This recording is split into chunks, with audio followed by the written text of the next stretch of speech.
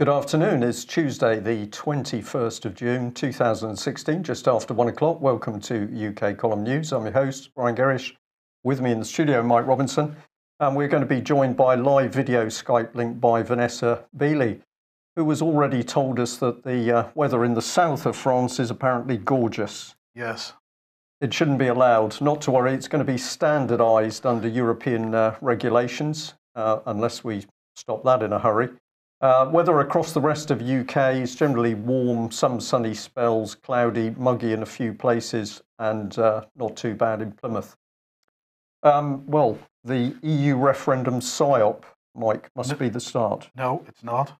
Okay. We're starting with Jo Cox. Oh, sorry, it's not connected. No. Okay. Jo Cox, right. So there was a fundraiser started almost immediately. The news broke of her passing. And that has raised £1.12 million so far. So that's good. Let's have a look at what they're going to spend the money on. Here we go. The Royal Voluntary Service, Hope Not Hate, and finally the White Helmets, Brian. So here we go. The White Helmets, it says on the fundraising page, is a volunteer search and rescue workers in Syria, unarmed and neutral. These heroes have saved more than 51,000 lives from under the rubble and bring hope to the region. Vanessa, we've covered this over the last couple of weeks, over the last couple of months, I should say. Once again, this is not really a fair description, is it? No, it isn't. And as I've just expressed in the article that's just been put up on 21st Century Wire, in my opinion, we're seeing really a cynical and a hideous exploitation of this murder of a rising UK political figure to what can we say, to give credibility back to a US and NATO organization that is being used to create, if you like, a shadow state on the ground inside Syria. And so are we seeing an obscene exploitation of Jo Cox's murder to give back credit to this organization that has been discredited by a number of reports from the middle of last year up until now, and is attempting to sustain them as first responders for the US and NATO, Nusra and Al-Qaeda forces on the ground in Syria? This is the key point, isn't it? They are only in terrorist-held areas, and I mean, they could be described as Al-Qaeda in Syria. They are. I mean, we've seen them. We've shown, and as I said, the collection of videos, articles, and interviews has been put up onto 21st Century Wire so that everybody can basically go there, and the information has been condensed. But we've examined the fact that they are embedded only in al-Nusra and ISIS areas, and this has actually been admitted by the Telegraph itself after one of our primary articles. It's funded by the UK government and the United States government via US aid. There are also some contributions coming in from European countries like Holland, Germany, France, and this we're also investigating exactly what the full amounts are, but we know that 4 million has come in from the Dutch government. We know that this organization acts as, if you like, an intravenous line into those terrorist areas, which we also know to be proxy US and NATO armies on the ground in Syria. And these organizations, these humanitarian first responders, are acting, as I said, as an intravenous line, as a conduit for arms, for equipment, for medical supplies, and for medical treatment of these terrorist factions. Well, we're going to come on to that a little bit later, but let's just mention this photograph. Philip Hammond there. And who's that he's with in the white helmet? Well, interestingly, there he's being photographed in southern Turkey at a White Helmets training ground in January 2016. And he's next to, in the white helmet, as you rightly point out, he's next to Raed Saleh. Now, Raed Saleh, as we know, was deported on April the 18th. From Dulles Airport in the United States. Now, for 2 weeks, we weren't given the reasons why. And finally, Mark Toner, United States State Department spokesperson, was pinned down. And he admitted that there was a high likelihood of extremist connections, and that was why Raed Saleh had been deported. So we have to ask ourselves, one, why is our foreign minister being seen fraternizing with a known terrorist agent, Raed Saleh, a known member of Al Qaeda? And why then is the British public now on the back of a dreadful murder that has literally only just happened? Why is the general public being asked to fund an organization that has links, extremist connections? But unfortunately, it's not just the Conservative government, it's also the Labour Party that are absolutely seem to be behind promoting the white helmets. Yeah, absolutely. I mean, this is an extraordinary turn, if you like, of propaganda, where we're seeing this organization, which we know to be being used to set up a shadow state inside Syria. The US and NATO regime change is basically failing thanks to the resistance of the Syrian people, the Syrian government, and the Syrian Arab Army on the ground in Syria. So what we're seeing, and we're seeing a huge amount of UK financial involvement in this, is the creation of a shadow state, the creation of the Free Syrian Police that's being funded, I think, around 4 million by the UK Foreign Office. The shadow first responders, because we have to remember there are existing first responders on the ground in Syria. There is if you like, the real Syria civil defense that you won't see wearing white helmets and you will never see being portrayed as heroes in the Western media, and yet they are digging people out of the rubble when they're being massacred by the terrorist hell cannon, for example, in Aleppo. But these people are never mentioned. They're marginalized and dehumanized virtually by this creation, by this US NATO creation, the white helmets. Okay, well, look, here is the article in 21st Century War. Who are the Syria White Helmets? Go and have a read at that. It covers it pretty well. Vanessa, I know you're wanting to get away at some point, but if you were able to hang on for a little bit longer, there's something I'd like to get some comment on in a few articles' time. But in the meantime, let me just bring this up. This is from RUSI. Remind me what RUSI stands for? Royal United Services Institute. Right, okay. And this is, they are suggesting that right-wing terrorism, as they're describing it, lone actor terrorism, does more harm than Islamic terrorism. And what they're saying, this report is, they say that as intelligence agencies and law enforcement have become increasingly adept at detecting and disrupting large-scale terrorist plots, potential attackers have instead turned to smaller scale, less sophisticated assaults. In part, this trend reflects a decision by wider extremist groups to adopt lone actor terrorism as a tactic, with both Daesh and Al Qaeda in the Arabian Peninsula trying to inspire their supporters to carry out such attacks. In other cases, individuals, dyads, or triads judge that a lone actor attack will have greater chance of success, or perhaps lack connections to wider networks. Whatever the case, there's a growing trend of individual or small cells acting in isolation from a wider group to conduct terrorist activity. Now, they point out that there have been 98 plots and 72 attacks in 20 European countries.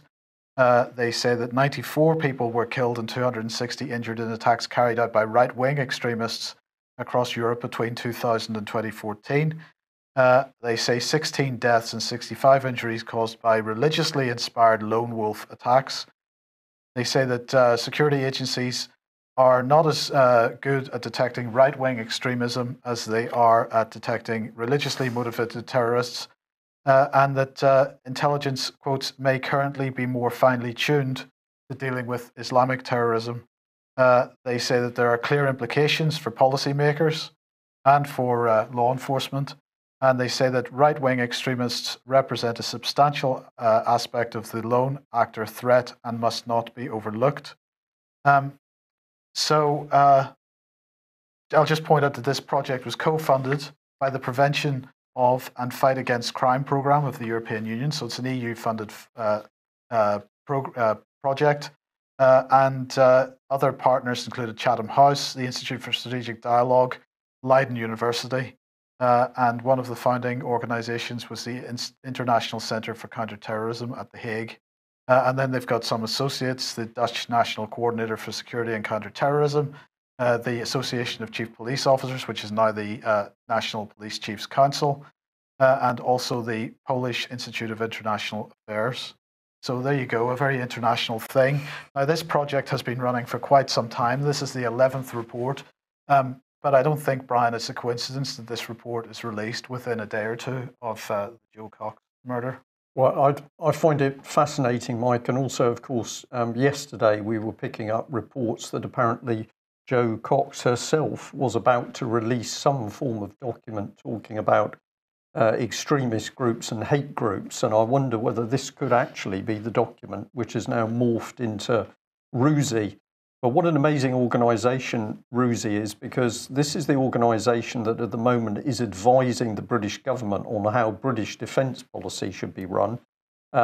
It's a group of academics, essentially, and they're casually saying, well, never mind what the security services say, we, RUSI, don't think they're capable of dealing with the right-wing extremist lone wolf issue. That's a pretty arrogant statement for this organisation to make, unless they're actually very well informed on who these people are, which is what I expect is going on. Yes. Well, look, let's just remind ourselves where the money from the Jo Cox fundraiser is going to. The first thing on the list, the Royal Voluntary Service, they're saying that these volunteers are helping combat loneliness in Jo's constituency. Really? Really, yes. I just want to remind everybody the report that we made a week or so ago about volunteers and what the voluntary sector is being really organised to do. We had Volunteers Week a week or so ago, the big celebration, and this is about pushing forward the change agenda as change agents. And let's just remember that what David Blunkett said a few years ago. We need a different relationship between government and the governed, between people and elected representatives, and between civil society and formal politics. The RUSI report, RUSI as an organisation, really epitomises this attitude to governance, doesn't it? Because this is about these non-government organisations pushing policy into. I mean, he's standing in front of a policy exchange, perhaps appropriately signed there, but this is the change between civil society and formal politics that they're pushing so hard. Yes, it's not what individual members of the public say under some form of democracy. What we've got is NGO, third sector organisations and charities who are the primary source of policy. What they say is what is adopted into government. So Blunkett, many people say, very, very dangerous politician, and was during his time as a working MP. But of course, we shouldn't forget Eric Pickles, who said that he was an, quote, unlikely revolutionary. Well, of course, this is exactly what's going on here. This is what big society is. And for people who think the end of the story is the European Union, oh no, it's not, because the ultimate agenda is communitarianism, which is going to be a pretty vicious police state. Shall we move on? Well, we'll carry on with the theme because, of course, many people in the press are now pointing out that the death of Jo Cox is being very cynically used in order to push a political agenda. So the BBC picking up on Nigel Farage here, saying that the Prime Minister is trying to link Jo Cox killing to the Brexit campaign. That's exactly what the Prime Minister has been trying to do. There was a video clip attached to this BBC report. That's the smaller inset image. And I was just fascinated in what the BBC opened with. The death of Jo Cox has forced a pause in the fiercest of campaigns, to which I say, what campaign? Because if I look around the country at the moment, I can't see a campaign. I can see some blurred discussion about whether we should be in or out of the European Union. But we will just remind our viewers and listeners of what we've reported before. This was from some weeks ago. We talked about a cross-party scam to confuse and break up the real Leave Europe vote. And what we showed is this bizarre network of links between the various organisations that are apparently working to do one thing or the other. And as we dug into it, it's just not clear who is who in this very strange mix of organisations supposedly working to get us out, but including people who want us in. How does it work? Well, let's take it a step further, and we've labelled this one how the European EU referendum psyop works. And this is the key, that behind the scenes there's a cross-party agenda controlling both the in and the out camps. So we've got the labels: Brexit, Remain, Vote Leave, Stronger In. If we just put in some of the other background organisations, the first thing we see is that on the Leave side, it's all become rather confused who's who. So we've got those other organisations apparently all working together, but they're not really. So bring in the big guns. Boris Johnson, we say, where's his loyalty? Conservative, city, corporatist interests? Mike, anything else we should list? I think his loyalty is himself. He sees himself as being the next Prime Minister, and that's as far as it goes. Absolutely. Well, we've got Michael Gove, and I'm going to quickly label him Conservative, but his loyalty, he's declared publicly on stage in London, is to the Zionist Israeli government. So how he's representing UK, I'm not sure.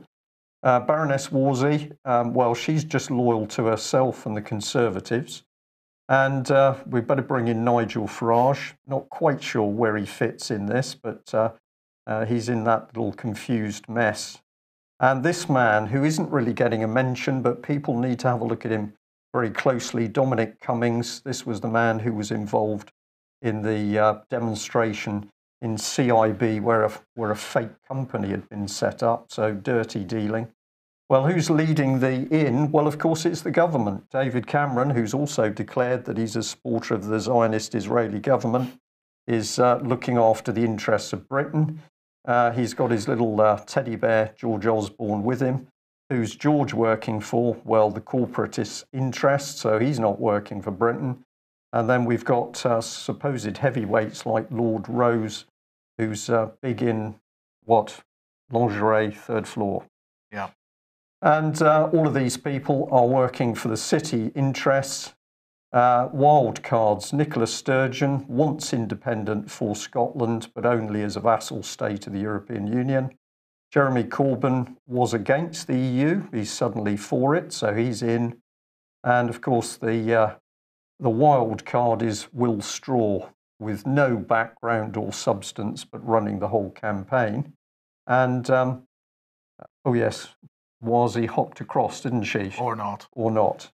And at the bottom, we better put the other control structure, which is simply the money. So we've got huge banking interests: Goldman Sachs, Citibank, hedge funds supporting the Remain, but we've got big money interests supporting the out.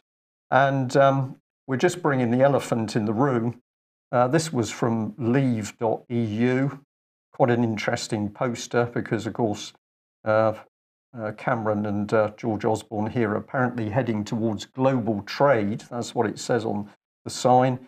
EU elephant in the room, but the EU is being run by those global interests. So presumably they're going to go on a circular bike ride. Actually, it should be the global trade sign, which is the elephant, to be honest. Okay, well, we'll just finish it off because we are saying that basically Vote Leave is exactly the same as Stronger In. We should also mention probably that Will Straw is the son of Jack Straw, so there's no sort of nepotism in that. I haven't forgotten that bit, Mike. We'll just run on through. Okay. So here's Eric Pickles back in November 2015, getting very excited that Vote Leave had set up a back company to hold this demonstration at CBI. Have a look at the text on that because it mentions Dominic Cummings. And many people are saying, who is this man? Very cold, calculated. Here's Ms. Wazi. Apparently she said she wouldn't get on a night bus with Michael Gove. I wonder how many buses she gets on at night, Mike. None, I would have thought. Not very many. Yeah. We wouldn't get on a bus with either of them. David Cameron, well, he's just told the British people, never mind the British people, he's working for the Israeli government effectively. So here's all the glad handing. And he said that, of course, every child in Britain has got to learn about the Holocaust. A big issue for Hope Not Hate, actually, Mike. Yes, So I'm yes, not indeed, surprised yeah. to see them in. And just in case you thought I'd forgotten, here he is, Will Straw. He's been accused of morally unacceptable plot to use Jo Cox's death, which seems a spot-on headline, really. And we'll bring in Daddy. And let's remember that Daddy was caught in a cash for access sting, but he was also the man who tried to put a ban on children being abused in care from speaking to the media. And I wonder why you would do that. Where does that take us? I don't know. Well, let's have a look at what the polls are saying, because I've been complaining I've not been seeing a lot, and I found this, the Brexit Index, and it's a who's who of Remain and Leave supporters. Encourage people to go to this website. I know the text is a little bit small on screen, but who's voting Remain, and here's who's voting Leave. And then they basically do an analysis of a variety of areas, and this is the result. If you look at the top graph versus the bottom graph, the Leave voters are elderly. I say they're old fuddy-duddies. They're in general uneducated. They don't take foreign holidays. They are not in full-time education, and they have to live in horrible rented accommodation. But the interesting thing in this poll is there's no ethnic breakdown. And the reason I wanted to put that in is because if we come back to this image, which we showed, Jeremy Corbyn, of course, switching sides with Andrew Marr very easily, we brought in this man, Mr. Peter Sutherland, and he said the EU should be doing its best to encourage mass migration to undermine the homogeneity of European countries. So quite clearly, the message there is that if you can get enough people into the country, you can actually break down the nation state and skew the voting. Yes. And I think we've about summed it up, really. Yes. PSYOP. A PSYOP, yes, indeed. But, you know, the rhetoric goes on both sides. So let's see what the financial industry is saying. So what have we got here? This is billionaire Peter Hargreaves speaking to Bloomberg.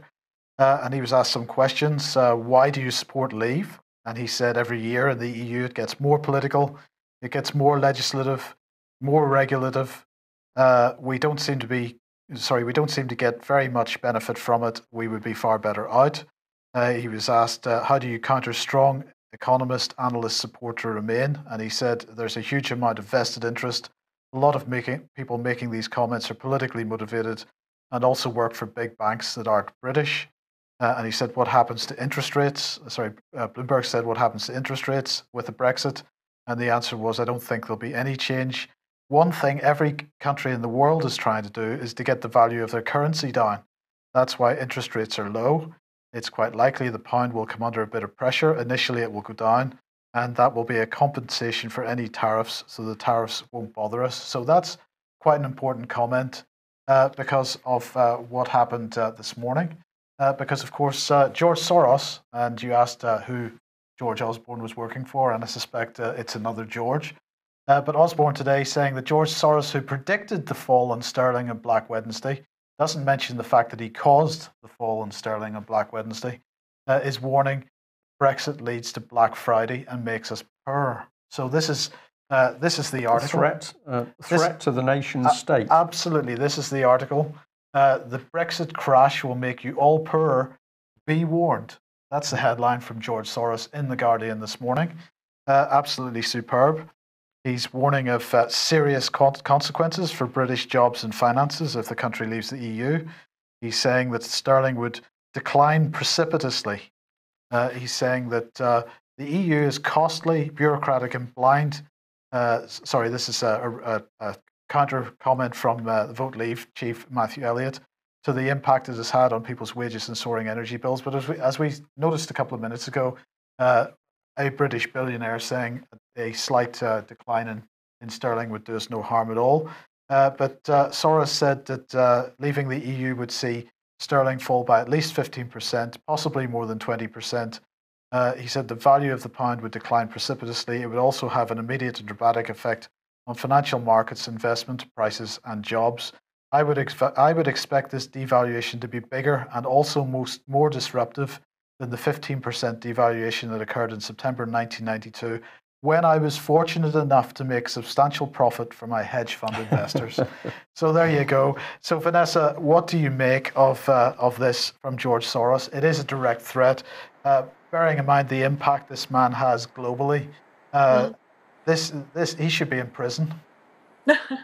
Absolutely. I mean, if we're talking about his financial effects, let's say, but if we actually look at the fact that he's predominantly funding the majority of the NGOs that are acting either on the ground or remotely against Syria and working in lockstep with the US NATO agenda in the region.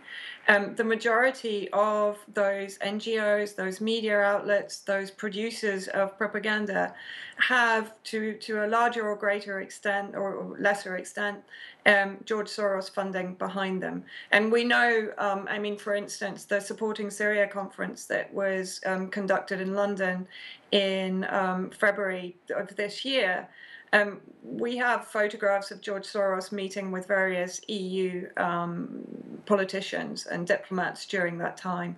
So we know that his puppetry, shall we say, is behind much of what is happening, both in the Middle East region, but globally as well, and now obviously in the EU. We know that he's directly involved in exacerbating and controlling the refugee crisis. So it's not surprising to hear this. So what you're saying, and what he's saying in his own article, is that this man commits individually acts of war effectively against other countries. He gets away with it. It results in deaths, particularly in third world and Middle Eastern countries. But he actually does things which affect every single one of us.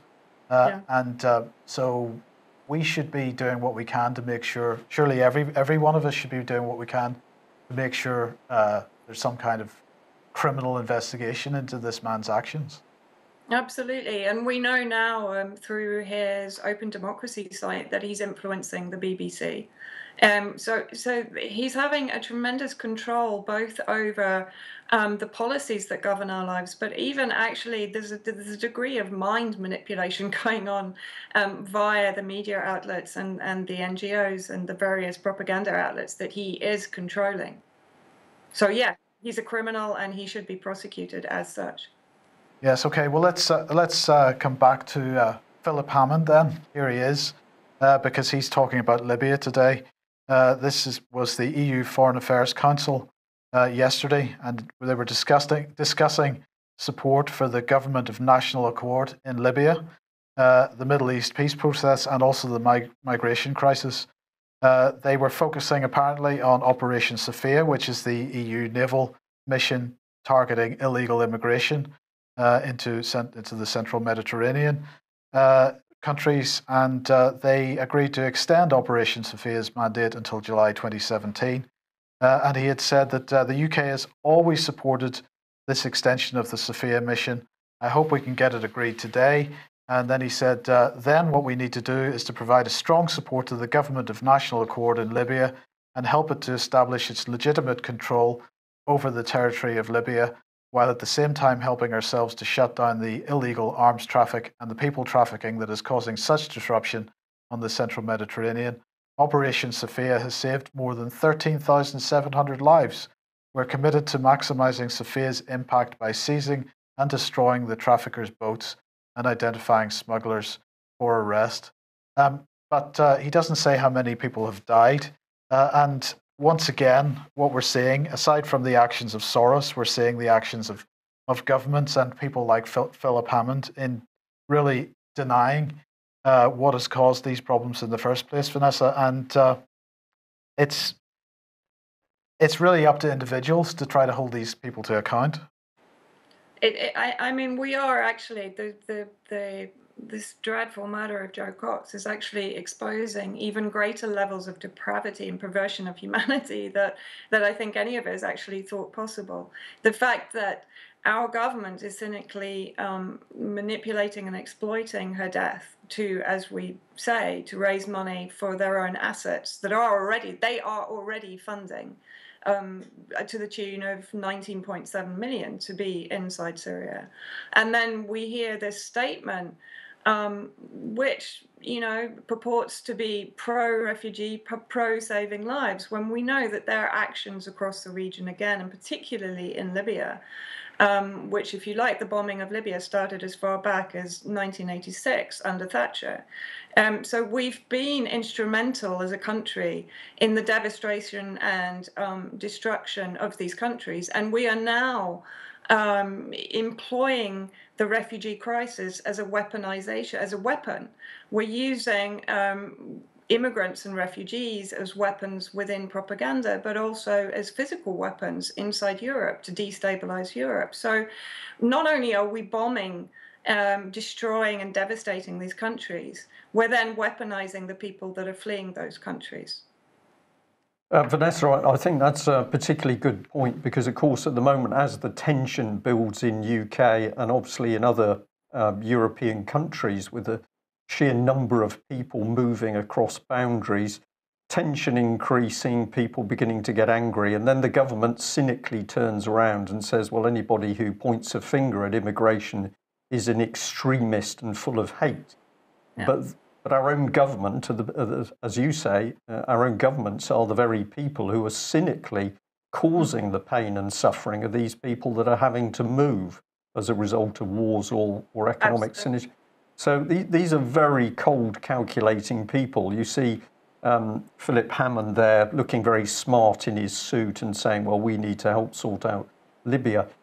To me, psychopathic tendencies are coming to the fore with these people. The lies and their behaviour appalling.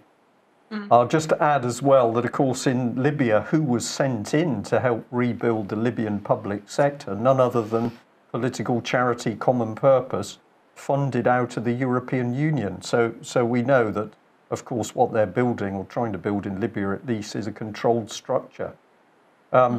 I've raised a number of points there. You can come back on in any one, but I just think that the use of immigration for this political agenda of war and corporate profit is really, well, I'm lost for words.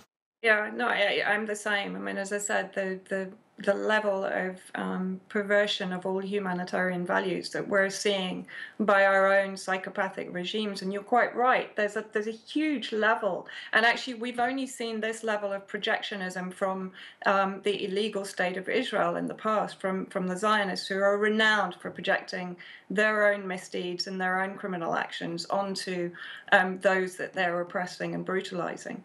But actually, what we're now seeing from our own governments is exactly that same level of projectionism. They're projecting onto those who, you like, are dissenting their policies. They're projecting onto us and calling us fascists and neo-Nazis and the rest of it. But actually, they are upholding and putting through fascist policies globally. And, I have to come back to, I've mentioned in the 21st Century Report, the year 2000 report produced by the Rand Corporation, which was entitled Swarming and the Future of Conflict. Now, it may be some sort of, part of my imagination that says, is that why Cameron alluded to the refugees as swarms, if you remember in the very beginning, that created these shockwaves of how dare he?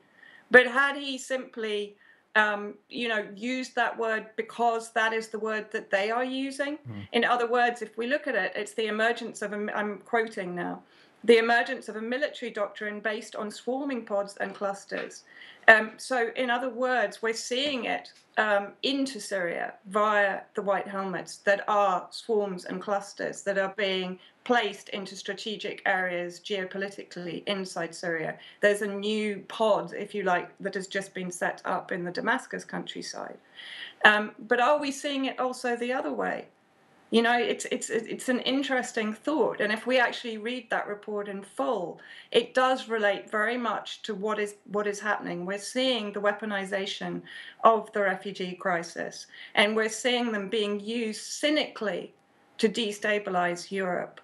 So I think we're seeing this swarming and the future of conflict being used cynically by our governments on both sides, both in the countries that are producing the refugees because of our government's intervention, and then in our own countries when we are being forced to receive the fallout from our government's policies. And then we're called fascists for pointing that out. Yes, well, Vanessa, a subject that we've discussed recently is what is going on in Syria with regard to Russia. And this Sputnik article here I wanted to highlight because they're saying quite clearly that Russia is losing patience with the US in particular over Syria as the situation deteriorates. I just want to read a little of this. It says, earlier this week, US media cited an anonymous official who claimed planes of the Russian aerospace forces had hit the positions of US-backed Syrian opposition forces.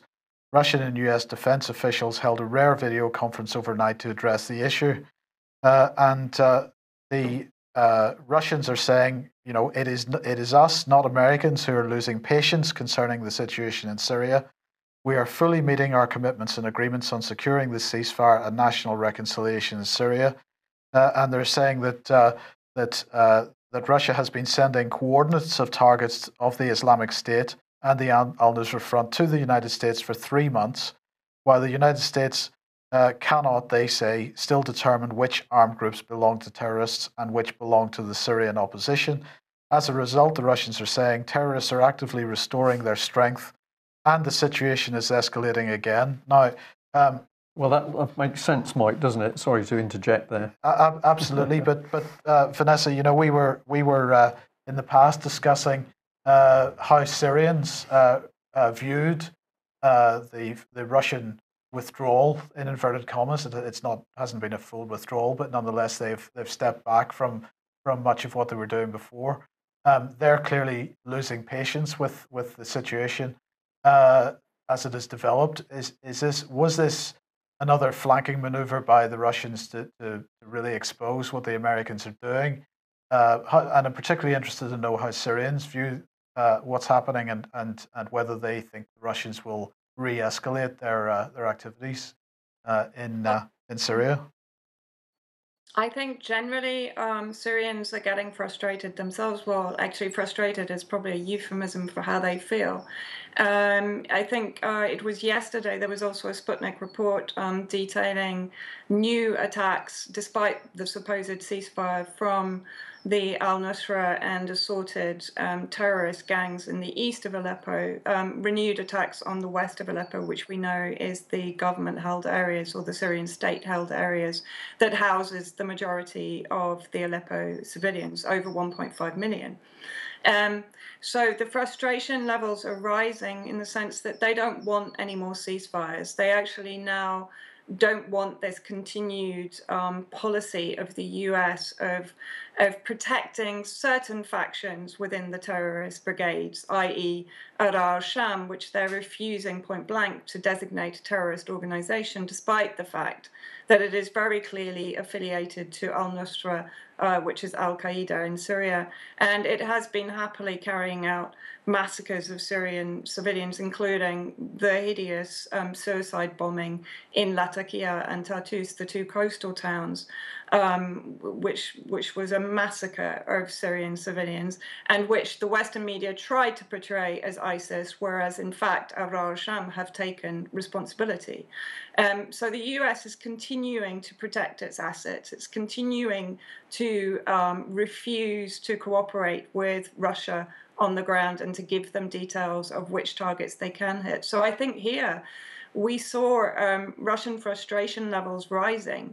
They informed the United States, so this was not a surprise attack, but they did inform the United States that they were intending to attack these areas in the south and to target US assets on the ground, whether they are al-Nusra or al-Sham, Jaish al-Fatah, whatever other faction you wish to call them.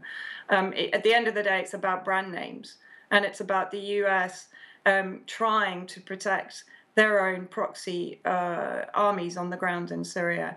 And that is where now I think the frustration from the Syrian people is reaching an extremely high level, and to some extent, I think they hope that the ceasefires will be completely dismantled, and the Syrian Arab Army allowed to just go back to doing what it should be doing, which is cleansing Syria of all terrorist factions and not relying upon the United States to arbiter over who is terrorist and who is not. What's going to happen when Russia finally does lose patience? Do you think they will re-escalate their activities? Russia is continuously on a knife edge, and I think this has to be understood. It has to, at all costs, avoid being the trigger to what is potentially a world war situation. Because if they provoke, Russia has severely been provoked, as we know, throughout the time of its intervention in Syria, from the downing of its jets in the Sinai to the downing of its fighter jet in Syria by Turkey. So we're seeing a continuous provocation of Russia. We're also seeing a buildup of NATO troops along the Russian border. So we know that Russia, to some extent, is the target. So it has to play a very cautious game in this. But at some point, it is going to be pushed to take greater action, because at the end of the day, if Syria does fall, the next target is Iran, and then we're talking about being right on the Russian borders. Yes, well, okay, well, we'll move on a little bit related, because this is the new US ballistic missile, cruise missile, which they're trying to get funding for at the moment.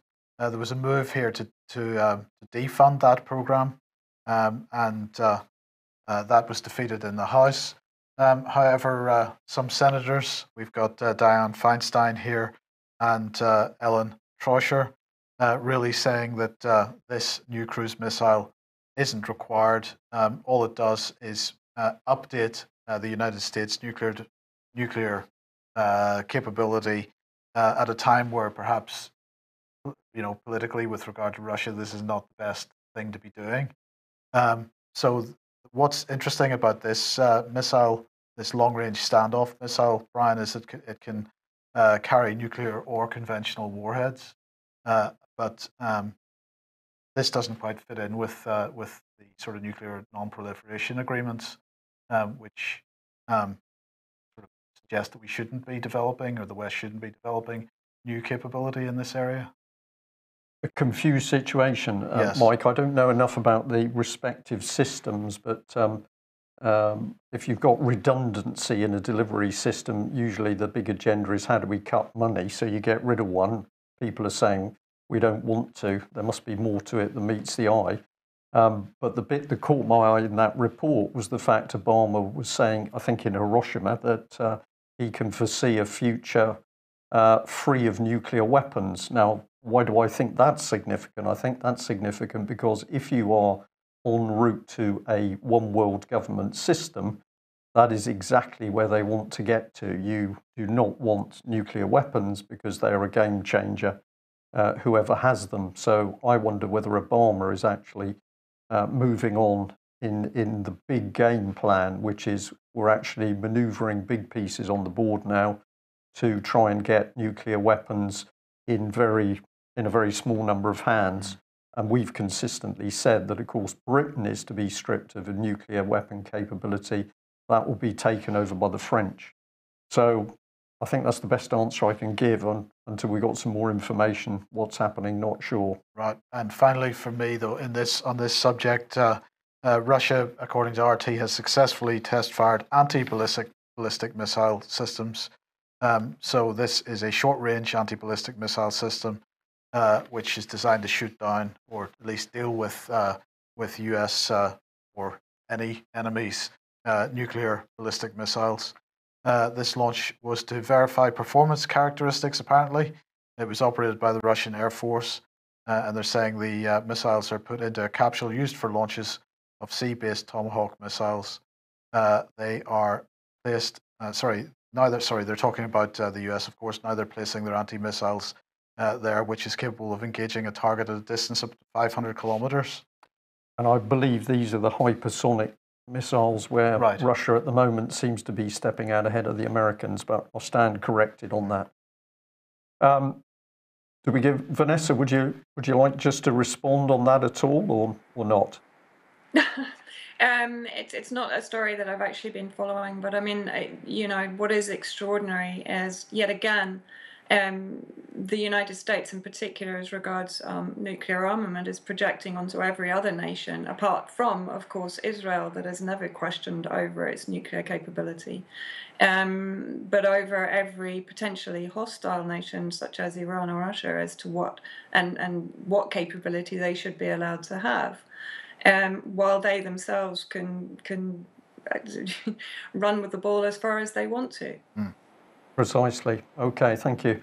Well, just an ending topic, really, that we shouldn't take our eyes off the small and simple things while we're considering these very big geopolitical problems. And we'll come right down to Devon and Cornwall Police. And thank you very much to the person who said, well, we're aware of this little tweet, which is Devon and Cornwall Police effectively making fun of locking people in cages. So we've got a relatively small van here.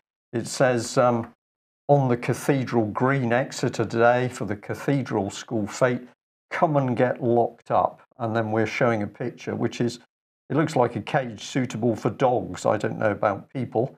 This is the same Devon and Cornwall Police that have got a record for strip searching women who go to the police to report the crime of fraud. They get angry when you report child abuse to them, and they specialise in taser work, in particular tasering a man who was covered in petrol, and yes, he burnt and died. We wonder whether these matters will be addressed by the Common Purpose Police Commissioner, but apparently not, because her priority at the moment is independent custody visitors. So getting the public to do the job for her, I wonder, Mike. I have to admit that that's quite disturbing. I think so. Yes. Well, that brings us to the end of today's news. Vanessa, thank you very much for joining us. I think we're beginning to get to the bottom of the EU referendum psyop. And of course, it's important that as much factual information as possible goes out before the referendum on the 23rd. While we've been live today, in our chat box, people have been discussing a man called Bernard Kenny, I think, who is apparently implicated somewhere in the Jo Cox case. And they're saying this is remarkable because this particular man died in 2013. So we'll leave our viewers and listeners to do a bit of research in that. But there is something not right over the sad death of Jo Cox. We will be back at the same time tomorrow. Alex Thompson with us, I believe. With Alex Thompson. And thank you for joining us. And do consider subscribing or making a donation. We can only do what we do with your help. Thank you very much. Bye-bye. Bye-bye.